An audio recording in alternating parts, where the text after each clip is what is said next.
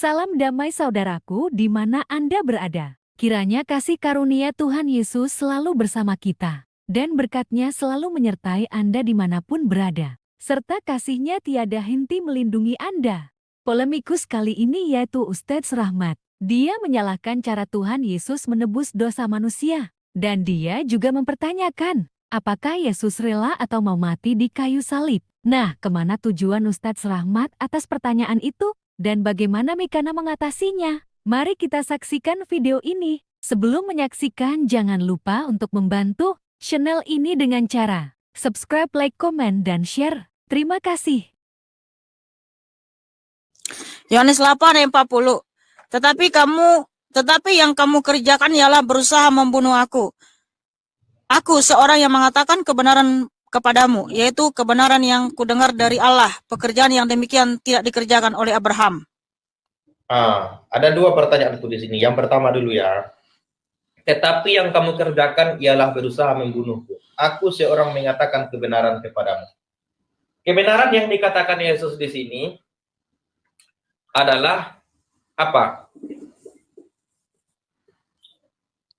Kebenaran bahwa dia adalah Allah itu sendiri. Enggak, di sini kan ini kan berkaitan ini. Tetapi yang kamu kerjakan ialah berusaha membunuhku. Aku seorang yang mengatakan kebenaran. Berarti ada kaitannya dengan proses pembunuhan, betul nggak? Kamu tahu nggak kenapa Tuhan Yesus mau dibunuh sama orang Farisi dan ahli Taurat? Karena dia mengaku dia adalah Allah itu. Kamu baca di ayat sebelumnya Yohanes 8. Kan kamu tanya nih Yohanes 8 ayat 40. Di sebelumnya Tuhan Yesus menyatakan Yohanes 8 ayat 23 sampai 24. Kamu berasal dari bawah, aku dari atas. Kamu dari dunia ini, aku bukan dari dunia ini.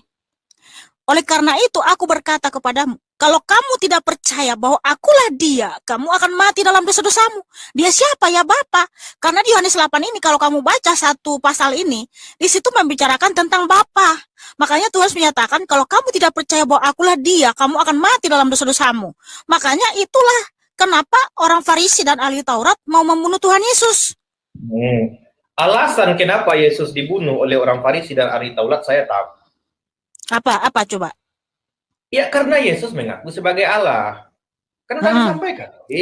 Pertanyaan saya bukan itu masalahnya. Pertanyaan saya di sini, tetapi yang kamu kerjakan ialah berusaha membunuh aku. Aku seorang yang mengatakan kebenaran kepadamu.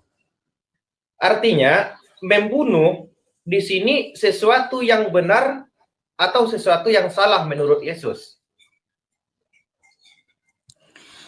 Di sini, ya menurut kamu apa pembunuh itu? Salah apa bukan? Menurut saya, menurut Yesus. Menurut Yesus pembunuhan itu benar atau salah? Ya salah lah, terus? Kenapa Yesus menebus dosa manusia dari jalan yang salah? Di mana jalan yang salah? Yesus menebus dosa manusia melewati proses apa? Emang di sini Tuhan Yesus meminta dia dibunuh? Simak baik-baik ya. Aduh, rahmat. Bentar, pelan-pelan. Simak baik-baik ya. Yesus mengatakan bahwa peristiwa pembunuhan itu adalah peristiwa yang salah. Betul nggak? Pembunuhan itu yang nggak boleh. Ya, nggak boleh, berarti salah kan? Terus. Yesus menebus manusia dari dosa dengan cara apa? Tuhan Yesus darah yang tercurah itu karena darah orang yang tidak berdosa, makanya darahnya itu berkuasa mengampuni. Pertanyaan saya, dengan cara apa? Dengan cara apa? Ya dengan cara memberikan darahnya bagi manusia. Iya, dengan cara apa itu? Ya dia memberikannya dengan cinta kasihnya. Dengan cara apa? Donor darah, pembunuhan. Ya dengan cara apa coba kau lihat? Dengan cara apa? Kalau yang saya lihat dengan pembunuhan. Dengan pembunuhan? Iya, dibunuh oleh tentara Romawi. Terus? Lalu? Betul nggak dia dibunuh oleh tentara Romawi? Iya, dia disalibkan. Oke, dia sebelum dia datang menjadi manusia, dia tahu nggak kalau datang nanti akan dibunuh? Tahu. Nah, kenapa dia memilih jalan penebusan dosa dengan cara yang salah? Dengan cara yang salah di mana? Di mana yang salah di situ? Pembunuhan salah. Tapi adakah Tuhan Yesus meminta dia dibunuh? Allahu Akbar. Lah, pembunuhan itu peristiwa yang salah menurut Yesus. Kalau ya, kalau karena mereka tidak percaya, ya mereka mau membunuh Tuhan Yesus. Tapi kan Tuhan Yesus tidak meminta bunuhlah aku. Kan nggak ada. Mau nggak dibunuh? Justru para tentara orang-orang Farisi ahli Taurat yang membunuh Tuhan Yesus itu, mereka menerima upah mereka dengan makanya anak-anaknya menerima upah apa perbuatan mereka itu, darah mereka banyak tertumpah. Yesus mau nggak dibunuh? Ya karena dia sudah tahu jalan seperti itu, ya dia ini tidak melawan. Iya, mau enggak? Tidak melawan dengan mau itu beda. Iya, dia disalibkan, tapi nyawanya tidak akan pernah bisa diambil. Saya tahu kalau Yesus disalibkan. Saya tahu kalau Yesus tidak melawan. Pertanyaan saya, Yesus mau enggak dibunuh? Iya, dia menerima hukuman itu. Terus? Berarti mau dia dibunuh? Jadi maksudmu dia harus menumpas semua orang itu pada saat itu juga? Jawab aja. Yesus mau enggak dibunuh? Ya, tapi kan dia nggak minta dia dibunuh. Mau enggak dia dibunuh? Ya Allah. Iya, tapi dia nggak minta dia dibunuh. Saya enggak tanya, bunuh saya enggak saya tanya itu. Iya, karena kamu bilang dengan cara yang salah, dia salahnya ya di mana? Iya, pertanyaan saya, Yesus mau enggak dibunuh? Iya, dia mengikuti semua hukuman itu sampai dia sampai mati di atas kayu salib. Coba dengarkan ya, pertanyaan saya cuma jawabannya dua kan.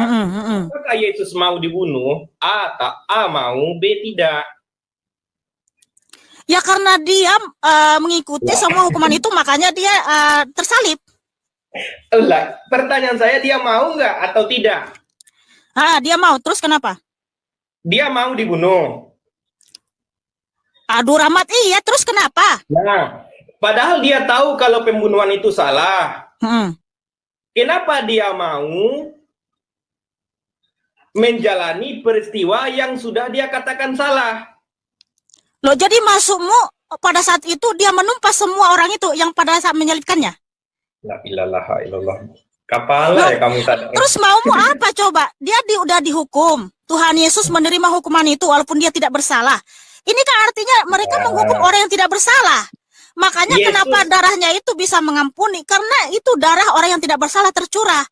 Lalu Yesus sekarang mau Tuhan Yesus mengatakan kalau pembunuhan itu tidak boleh, pembunuhan itu salah. Tapi kan manusia tetap mau melakukannya. Tapi di sisi lain Yesus mau dibunuh. Jadi maksudmu langsung Tuhan Yesus tiba-tiba menghilang, lalu langsung kabur gitu? Loh, kok mau saya? Loh kan kamu sekarang kan mempersalahkan Tuhan Yesus ketika dia menerima hukuman itu, lalu kamu mau pikir Tuhan Yesus kabur? Begini Kak, begini. Kalau saya mengatakan bahwa racun itu membunuh, pasti saya tidak mau meminum racun. Emangnya Tuhan Yesus minum racun sampai dia waktu dikasih dia racun dia nggak mau loh? Ya kamu beda dikasih racun beda dengan dijatuhi hukuman. Sekarang Yesus membenci pembunuhan. Katanya tidak boleh pembunuhan. Loh, tapi dia mau dibunuh. Sekarang Tuhan Yesus yang melakukan pembunuhan itu apa orang lain? Orang lain, tapi Yesus mau enggak? Jadi maksudmu Tuhan Yesus kabur? Lah, kamu sendiri dong yang jawab, kan kamu yang penyaliban itu sudah terjadi. Ya. Nah, sekarang kamu maunya apa, Rahmat? Ya, penyaliban itu sudah terjadi. Yesus nggak mau dibunuh harusnya, karena dia terus tahu dia kemana? Itu salah. Buktinya sudah terjadi penyaliban itu. Penyaliban itu terjadi, yang saya tanyakan Yesusnya mau atau tidak? Iya, penyaliban itu sudah terjadi dan Tuhan sudah bangkit dari kematian. Iya. Terus kamu sekarang mau apa? Kamu mempersalahkan yang sudah terjadi. Sementara dalam penyaliban itu Tuhan Yesus menunjukkan kemuliaannya, dia mati dan bangkit pada yang ketiga. Itu nggak saya tanyakan. Iya, loh sekarang kan sudah terjadi. Terus apa lagi yang kamu permasalahkan dari yang sudah terjadi? Sejatinya gini, saya tidak ada mempermasalahkan sih. Saya cuma menanyakan. Ketika Mikana mengatakan bahwa Yesus melarang membunuh, Yesus tidak membenarkan peristiwa pembunuhan. Tetapi di sisi lain Yesus mau dibunuh. Betul nggak? Iya, maksudmu Tuhan Yesus kabur? Harusnya Yesus tidak mau dibunuh. Oh, jadi kabur dia? Ya terserah mau ngapain, yang penting dia nggak mau dibunuh karena membunuh itu salah. Ya itu kan pemikiranmu, karena waktu itu kan dia harus menjalani hukuman itu karena semua sudah didesak oleh massa. Itu namanya pasrah, bukan mau. Loh, pasrah. Buktinya sudah terjadi penyaliban itu. Iya, sudah terjadi. Ini karena coba ya. Ini kita belajar bahasa Indonesia yang baik dan benar. Justru kamu yang mempermasalahkan apa yang sudah terjadi. Bos, tahu nggak bedanya mau dengan pasrah? Begini Rahmat, sekarang penyaliban itu sudah terjadi. Dan sekarang apa yang kamu permasalahkan? Coba. Bos, tahu nggak bedanya? Nggak gini. Sekarang kan Tuhan Yesus tidak minta dibunuh sama mereka. Nah ya, sekarang orang itu, nah dalam keadaannya sebagai hamba, dia akan mengikuti semua aturan itu, dia mengikuti hukuman itu, gitu loh. Itu jadi maksudmu mau atau pasrah? Bukan pasrah, artinya dia mengikuti semua hukuman itu, ngerti nggak sih? Iya, coba saya tanya sekarang ya, ini terakhir ya. Beda mau dengan pasrah apa? Rahmat. Sekarang penyaliban itu sudah terjadi, dia mati dan bangkit pada yang ketiga. Ya saya tanya. Nah begini saja Rahmat. Sekarang kan Tuhan Yesus melarang jangan membunuh. Nah sekarang yang bukan Tuhan Yesus pelaku pembunuhan itu, kenapa? Korban yang kamu salahkan. Aneh kamu Rahmat. Ketika saya Rahmat, kamu aneh. Masa kamu ya membela tersangka dibanding dengan korban? Kamu lucu. Yang bela tersangka siapa? Loh, kamu membela orang-orang yang menyalibkan Tuhan Yesus. Saya enggak bela. Lah, itu namanya kamu menggiring kepada pembelaan. Gini. Ya. Bukan Rahmat, kamu ya. Itu penyaliban itu sudah terjadi. Betul. Dan juga ya, Tuhan Yesus Kristus dalam keadaannya sebagai seorang hamba, dia mengikuti apa yang sudah terjadi, gitu loh. Dan justru di dalam penyaliban itu, dia menunjukkan bahwa dia bisa mematahkan kutuk kematian itu. Sekarang yang saya tanya, Kak Mika, bedanya mau dengan pasrah apa? Aduh, Rahmat. Bisa jawab nggak perbedaan? Nah, terus kalau mau pasrah, mau terus bagaimana? Ya, kan sudah terjadi. Dulu apa bedanya? Ya, ketika dia ditangkap, dia dibawa. Justru ketika waktu Tuhan Yesus ditangkap, Tuhan Yesus mengatakan, kamu sangka aku tidak bisa menurunkan bala tentara malaikat untuk menumpas semua itu. Tetapi itu loh, pertanyaan saya, mau dengan pasrah bedanya apa? Terus kenapa rupanya mau pasrah mau kenapa? Loh, bisa nggak jawab membedakan mana mau mana pasrah? Ya terus kenapa kalau mau dan pasrah kenapa? Ya, jelaskan dulu bedanya di mana. Kalau pasrah itu nggak berdaya. Kalau pasrah itu nggak berdaya. Kalau nyawa? Kalau mau? Loh, bukan masalah mau dan pasrah. Tuhan Yesus sudah tahu ya. Ketika dia pun disalibkan, dia akan bangkit. Makanya dia mengikuti terus. Dia taat sampai mati. Kamu pertanyaanmu yang salah. Tuhan Yesus tidak bisa dikatakan mau dan pasrah. Pertanyaanmu dong yang salah. Kamu bilang mau dan pasrah. Di situ tidak ada mau dan pasrah.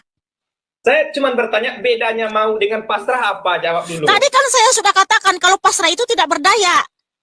Kalau mau apa? Ya kalau bukan di sini tuh harus tidak berkaitan dengan mau atau pasrah. Pertanyaanmu yang salah.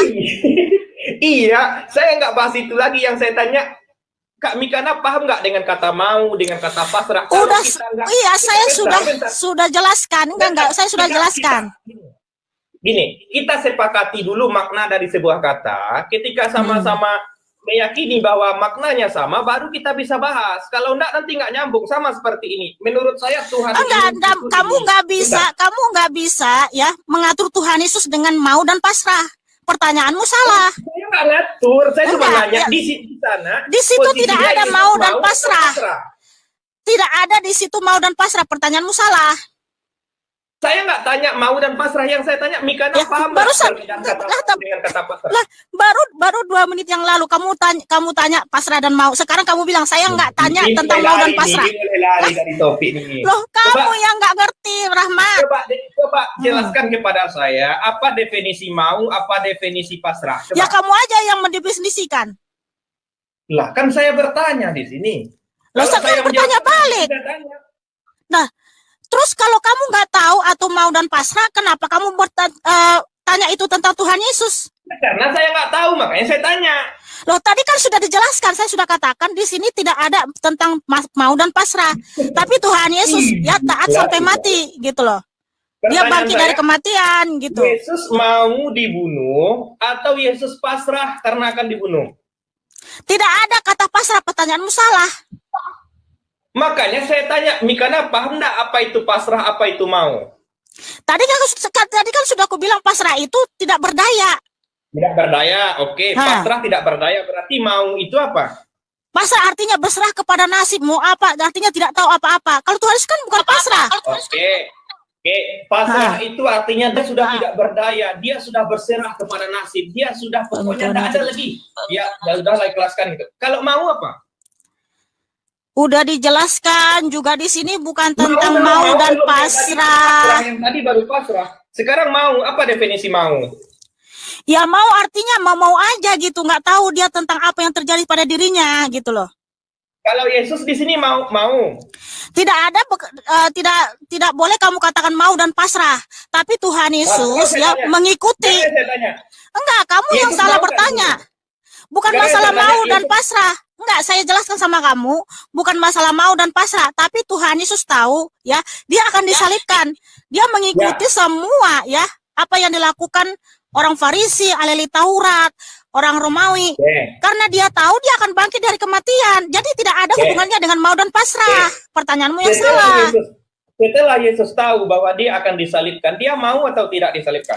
Enggak ada. Udah berulang kali saya bilang bukan masalah mau dan pasrah. Ngerti nggak sih, Rahmat ini kayak nggak ada pikiran gitu loh. Nggak nyambung. Loh, tadi saya sudah bilang bukan masalah mau dan pasrah. Lah. Coba ini analogi ya. Bentar. Saya mau minum. Oke, Rahmat mau minum. Karena Rahmat tahu bahwa sekarang akan minum. Bentar. Bismillahirrahmanirrahim. Ini saya mau minum nih.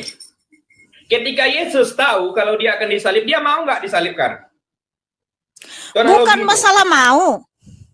Lah, pertanyaan saya dia mau. Iya, terus mau. Terus kenapa? Lah, kan gitu dong dari tadi. Nah, kalau Yesus itu mau, berarti Yesus hanya mengikuti saja. Aduh, mengikuti saja. Tadi sudah dibilang. Tuhan Yesus ya, dia tahu dia akan disalibkan. Ya, makanya ketika ditangkap, ya makanya kamu baca dulu Alkitab itu supaya kamu tahu alurnya penyaliban itu. Enggak, tadi Mikana mengatakan definisi mau itu ya mau aja, dia tidak tahu apa-apa. Itu kan kata Mikana tadi. Bisa di-reply loh videonya. Ya karena kamu yang masak. Ya makanya saya ikuti sekarang alurmu gitu kan. Ketika Yesus mau disalib, ketika dia mau disalib, dia punya kekuatan enggak untuk melawan? Oh, Rahmat. Begini. Iya. Minum dulu Besti. Enggak usah saya minum. Justru kamu yang nggak paham, ya kan? Di sini bukan masalah mau dan pasrah, tapi Tuhan Yesus ya taat sampai mati karena dia tahu dia akan bangkit dari kematian. Ya dia mau nggak itu? Nah justru di sini Tuhan Yesus ya mau menunjukkan betapa dia berkuasa dan kemuliaannya. Dia membuktikan bahwa dia bisa mengampuni dosa umat manusia yang percaya kepadanya melalui darah yang tertumpah di atas kayu salib. Itulah bukti bahwa Tuhan itu Maha Pengampun. Nah saya bertanya sama kamu Rahmat, apakah Tuhanmu Maha Pengampun? Siapa? Apakah Tuhanmu Maha Pengampun? Ya. Mana buktinya bahwa Tuhan Maha Pengampun, dia sudah membangkitkan orang mati dan dimasukkan ke surga? Oh, beda konsep kita. Kalau Tuhan saya Maha Pengampun dengan Yesus Maha Pengampun itu beda. Ya, terus buktikan bahwa Tuhanmu itu Maha Pengampun. Gini, dosa itu sifatnya tidak bisa dilihat. Saya nggak tanya dosa itu bisa dilihat atau tidak, tapi mana buktinya bahwa Tuhanmu itu Maha Pengampun? Bentar, saya jelaskan ini ya. Makanya Besti minum dulu. Iya, nggak apa-apa, aku nggak usah minum. Kamu jawab. Mana buktinya? Mana bukti bahwa Tuhan Maha Pengampun? Bentar, Rahmat, Tuhanmu kan Maha Pengampun. Apa buktinya kalau Tuhanmu Maha Pengampun? Gini saya jelaskan. Yang perlu diampuni itu di dalam Islam adalah dosa atau kesalahan. Dosa dan kesalahan itu sesuatu yang sifatnya tidak bisa dilihat. Jadi jika kita meminta bukti bahwa pengampunan Tuhan itu dengan kasat mata, nggak bisa. Karena yang diampuni itu dosa yang tidak bisa dilihat. Oke? Jadi bagaimana cara membuktikan kalau dosamu sudah diampuni atau tidak? Nggak ada yang tahu kecuali Tuhan. Jadi nggak terbukti bahwa Tuhan Maha Pengampun? Lah, beda. Ini kan beda cerita. Yang saya katakan bukan tidak terbukti kalau Tuhan saya Maha Pengampun. Yang saya katakan bahwa bukti yang bisa dilihat dengan mata kalau dosa saya sudah diampuni atau tidak, itu tidak bisa dibuktikan dengan mata. Tapi kalau kamu tanya, bagaimana cara membuktikan kalau Tuhan Maha Pengampun? Ya sudah tertulis dalam kitab suci saya. Mana buktinya di dalam kitab sucimu bahwa Tuhanmu Maha Pengampun? Oh jelas, banyak itu. Ya kasih buktinya. Kalau begitu, ya salah satu ayatnya. Iya, innallaha ghafurur rahim. Sesungguhnya Allah Maha Pengampun lagi Maha Penyayang. Oke, kalau begitu, kenapa di surat Maryam 71 siapa yang ditetapkan masuk neraka di situ? Kalau memang Maha Pengampun. Baik, baca ayat berikutnya. Coba tampilkan ayatnya. Berarti kan masuk neraka dulu toh? Enggak. Kalau masuk neraka dulu, kenapa kamu bilang Maha Pengampun? Enggak. Itu salah pemahaman itu. Ini sebetulnya yang harus diluruskan. Apa yang diluruskan? Silakan. Mendatangi itu belum berarti memasuki. Loh, mendatangi itu berarti bagaimana dong? Mikana pernah mengantarkan orang meninggal nggak ke kubur? Hah? Mikana mendatangi kuburan nggak di sana? Hah? Enggak, saya tanya ini, jangan tapi nggak paham. Iya, kita datangi pemakaman itu. Kita ada di pemakaman itu. Keluarganya yang meninggal, Mikana datang nggak ke kuburan? Datang. Ketika Mikana datang ke kuburan, Mikana masuk nggak ke dalam kubur? Ya, saya dekat kuburan itu, ada di kuburan itu. Yes, mantap. Ketika dikatakan bahwa semua orang akan mendatangi neraka, bukan berarti semua orang masuk neraka, tapi hanya mendekati, melihat. Karena Siratul Mustaqim itu di atas neraka. Loh, mendatangi neraka berarti hanya melihat gitu? Iya. Melihat dari mana? Kan saya sudah katakan bahwa Siratul Mustaqim itu ketika kita menuju surga, itu harus melewati neraka. Itu sesuai dengan keyakinan Muslim. Melewati neraka? Simak baik-baik ya. Siratul Mustaqim itu adalah salah satu jembatan yang harus dilewati oleh semua manusia. Jembatan itu berada di atas neraka. Oke? Oh, berarti kamu lewat di atas neraka itu ada jembatannya gitu? Iya, betul. Tapi di situ mendatangi neraka berarti kamu cuma lewat aja gitu? Di atas jembatan? Betul. Di mana di situ tertulis di melewati jembatan? Ah, ini lagi nih. Itu kan yang dimaksud dengan ayat itu. Ya, di mana tertulis bahwa kamu melewati jembatan? Di Maryam 71 itu. Berbicara dengan satu ayat, makanya kita tidak bisa langsung menyimpulkan sesuai dengan terjemahan. Makanya kami di dalam Islam ini tidak hanya memakai terjemahan, tapi harus ada tafsir. Apa yang dimaksud dengan ayat ini harus ada penafsiran. Nah, apa yang dimaksud dengan kata mendatangi? Ternyata mendatangi itu bukan berarti memasuki. Lantas apa maksudnya? Maksudnya itu adalah kita melewati sirat di atas neraka ketika kita menuju surga. Orang-orang yang kufur, orang-orang yang kafir, orang-orang yang ingkar itu yang akan tidak Allah selamatkan. Tapi lanjutkan ayatnya, bagi orang-orang yang beriman dan beramal soleh itu yang Allah berikan keselamatan. Di mana di dalam Maryam 71 itu hanya melewati di atas jembatan. Kamu bilang tafsir berarti nggak sesuai dengan tertulis. Itu penafsiran. Penafsiran? Iya. Berarti kamu menafsir apa yang tidak tertulis dalam kitab? Bukan saya. Yang menafsir itu para ulama. Tetapi di situ kan di Maryam 71 nggak ada jembatan. Makanya saya katakan kami tidak bisa mengambil kesimpulan hanya dari terjemahan.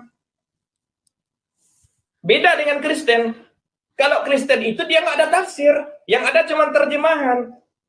Makanya dikenal dengan istilah umat terjemahan. Apa yang tertulis itu yang dia pahami. Oh, berarti kitab kalian nggak boleh diterjemahkan? Aduh.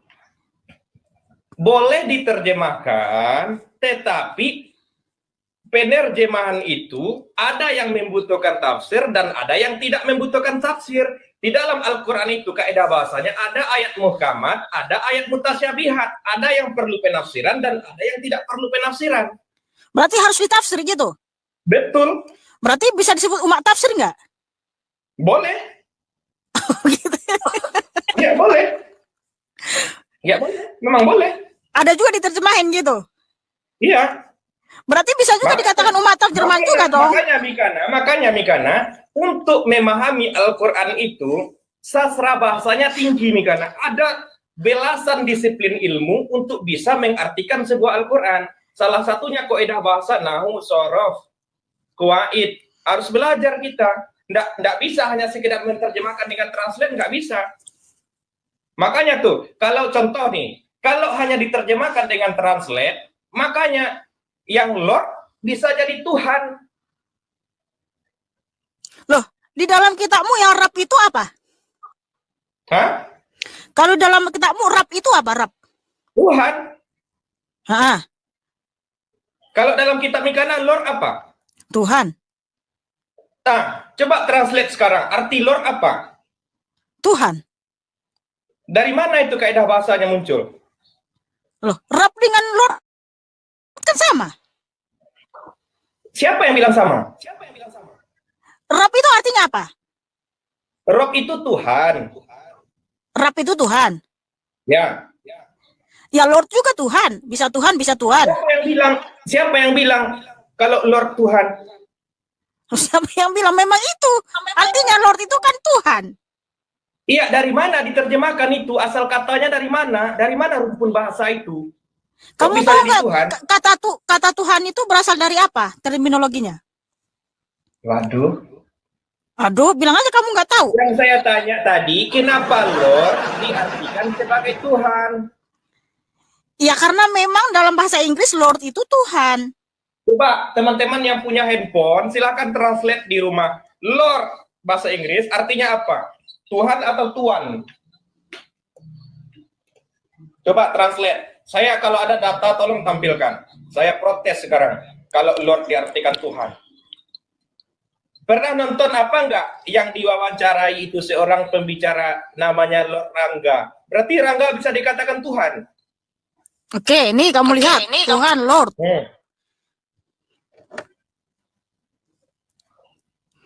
Ya ampun, sudah mati ini.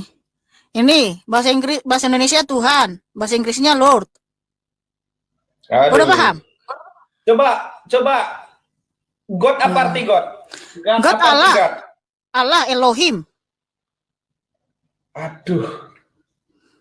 Sekarang kalau Allah apa translate Allah? Kalau dalam bahasa Inggris Elohim Allah itu God. Kalau Lord itu Tuhan, Tuan. Siapa yang bilang? Kaidah bahasa dari mana itu? Ya Allah Tuhan. Iya. Thanks. Apa artinya? Coba saya tanya. Thanks God. Apa artinya? Thanks God. Terima kasih Tuhan. Bisa juga terima kasih Tuhan. Terima kasih Elohim. Terima kasih Allah. Sama juga. Kalau thanks Lord. Apa artinya? Terima kasih Tuhan. Berarti beda Lord dengan God apa? Ya Allah Tuhan, udah bolak-balik dikasih tahu. Bolak-balik lagi nanya. Apa beda Lord dengan God? Coba. Jangan ketawa. Ketawa kan 30 sendiri. Apa beda God dengan Lord? God itu kan bisa Elohim, bisa Allah, ya kan? Kalau dalam bahasa Ibrani kan Elohim itu Allah, ya kan? Nah, kalau God itu bisa Allah, bisa Tuhan, bisa Elohim. Kalau Lord itu Tuhan, Tuan yang mulia. Banyaklah. Berarti dalam bahasa Inggris nggak ada kata Allah. Ya ampun Tuhan. Nggak apa-apa, kamu tahu aja gitu. Jadi menurutmu God itu bahasa Indonesianya apa? Tuhan. Lord? Tuan. Terus kenapa King. Di sini Lord itu King itu kan raja. Cuman si Rahmat ini. Sama. Penguasa, Tuan. Itu Lord, itu Tuan. Iya, makanya kamu tahu nggak terminologi Tuhan itu dari mana? Kata apa? Nah, sekarang jelaskan. Anggap saja saya nggak tahu. Oke, nggak apa-apa. Saya jelasin karena sudah kamu ngakui tidak tahu. Jadi, Ya, anggap aja saya nggak tahu. iya, kata Tuhan itu berasal dari Tuan, yang artinya penguasa. La ilaha illallah. Ya ampun Tuhan.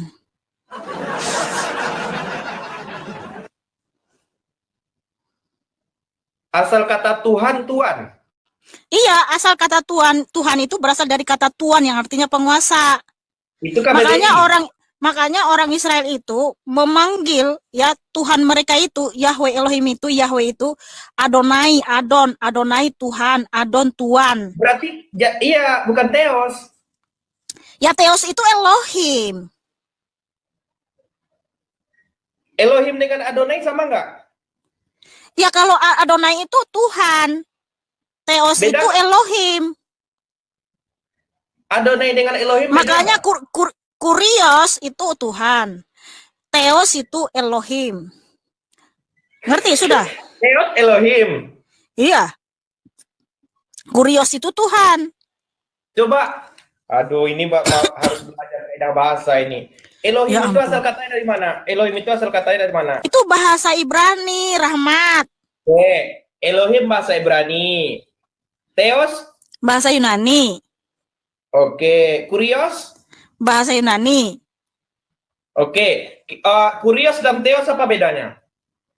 Ya kalau Kurios itu kan Tuhan, kalau Theos itu Elohim.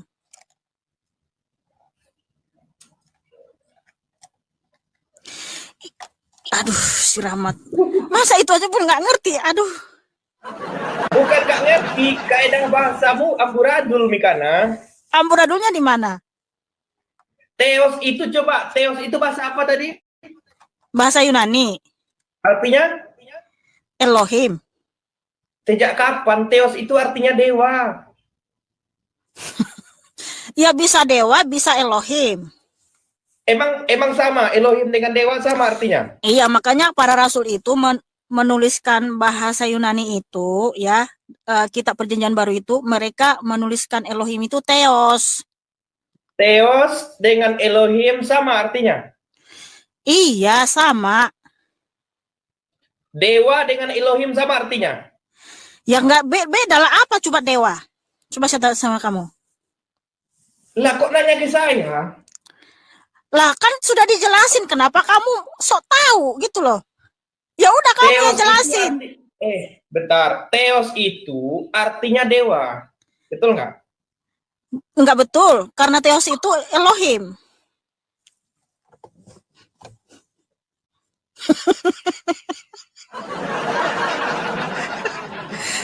Aduh, udah oleng si Rahmat ini, udahlah Rahmat, turunlah kau, bulan madu lah kau sana. Nggak tahu lah kita siapa yang oleng, Mika. Nggak tahu siapa kita yang oleng.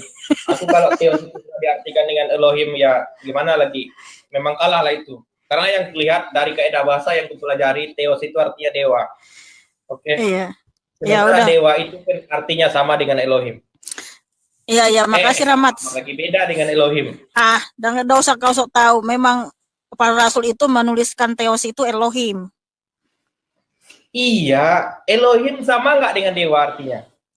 Ya beda lah, dewa-dewa Elohim berarti, bukan dewa-dewa. Lah. Ya udahlah Rahmat, sudah cukup dulu. Makasih Rahmat. Udah cukup ya, gantian dulu sama yang lain. Ini lanjutan ayatnya tadi masih ada satu pertanyaan. Aduh, apa lagi pertanyaanmu? Ini lanjutan dari Yohanes 8:40 itu kan dikatakan, tetapi yang kamu kerjakan ialah berusaha membunuh aku seorang yang mengatakan kebenaran kepadamu, yaitu kebenaran yang kudengar dari Allah. Kebenaran yang dikatakan Yesus kepada manusia adalah kebenaran yang didengarnya dari Allah. Silakan jelaskan. Iya, karena Tuhan Yesus menyatakan kebenaran, dia adalah Elohim itu sendiri yang datang ke dunia. Nah, orang Farisi nggak terima, makanya dia mau dibunuh. Ini ya, dikatakan bahwa bola balik di situ lagi. Kebenaran yang dikatakan Yesus kepada manusia, kebenaran yang didengarnya dari Allah. Kalau Yesus itu adalah Allah, ngapain ditulis lagi di sana kebenaran yang didengar dari Allah? Oke, kalau memang Tuhan Yesus ya bukan Allah, lalu kenapa orang Farisi dan ahli Taurat membunuh dia? Bukan Allah, yang saya tanya kalau Yesus adalah Allah. Yesus Allah kan? Yesus Allah. Iya, karena dia mengaku Tuhan Allah lah makanya mau dibunuh. Nah, Yesus kata Mikana, Yesus adalah Allah. Kenapa Yesus mengatakan bahwa kebenaran yang kukatakan kepada kalian adalah kebenaran yang kudengar dari Allah? Kan dia sendiri Allahnya. Karena dia kan datang dalam rupa manusia. Iya, dari Allah yang mana lagi yang dia dengar? Ya dari keilahiannya. Keilahiannya dengan dia pisah atau satu? Satu. Lantas dari mana yang dia dengar kalau dia satu? Ya karena dia kan datang dalam rupa manusia, makanya dikatakan seperti itu. Makanya Tuhan mengatakan kalau kamu tidak percaya bahwa akulah dia, kamu akan mati dalam dosa-dosamu. Ya udah cukup dulu Ahmad, kamu oleng Theo saja kamu nggak tahu, Lord aja nggak tahu. Bentar. Ini ada aku besok ku inbox ya. Aku tanggal 4 Agustus resepsi di rumah, kirim kado. Minta kado kau? Iyalah, minimal kadonya doa. Oh ya udah, oke. Ya Rahmat. Nah, baik. Oke ya, nanti tanggal 4 ya. Ya. Terima kasih Rahmat. Ya, God bless you Besti. Saudara terkasih, demikianlah tayangan ini. Semoga saudara dapat mengambil hikmah dari apa yang disebarkan dalam tayangan ini. Dan kiranya berkat Tuhan terus mengalir kepada saudara sesuai dengan kebutuhan saudara. Serta semoga dapat menguatkan iman Kristen kita. Dan jangan lupa bantu perkembangan channel ini dengan subscribe, like, komen, dan share. Terima kasih.